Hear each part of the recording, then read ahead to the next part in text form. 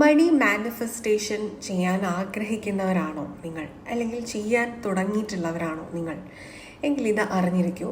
ആദ്യമായിട്ട് നിങ്ങൾ പൈസയെ സ്നേഹിക്കാനായിട്ട് പഠിക്കണം.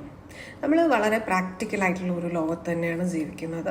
എന്നിരുന്നാലും നമ്മൾ ചെറിയ പ്രായം തൊട്ട് നമ്മുടെ ചുറ്റുമുള്ളവരൊക്കെ പറയുന്നത് കേട്ടിട്ടുണ്ടായിരിക്കും, അല്ലെങ്കിൽ ഇപ്പോഴും കേൾക്കുന്നുണ്ടായിരിക്കും.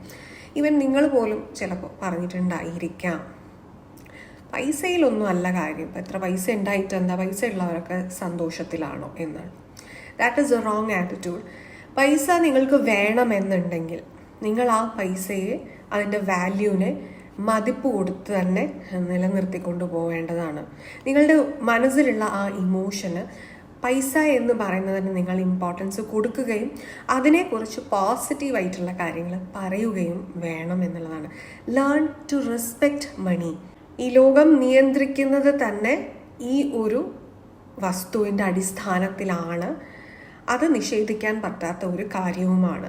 അപ്പോൾ എത്രത്തോളം അതിന് പ്രാധാന്യമുണ്ട് എന്നത് മനസ്സിലാക്കിയിട്ട് തന്നെ അതിൻ്റെ പവറിന് മൂല്യം കൊടുക്കുക.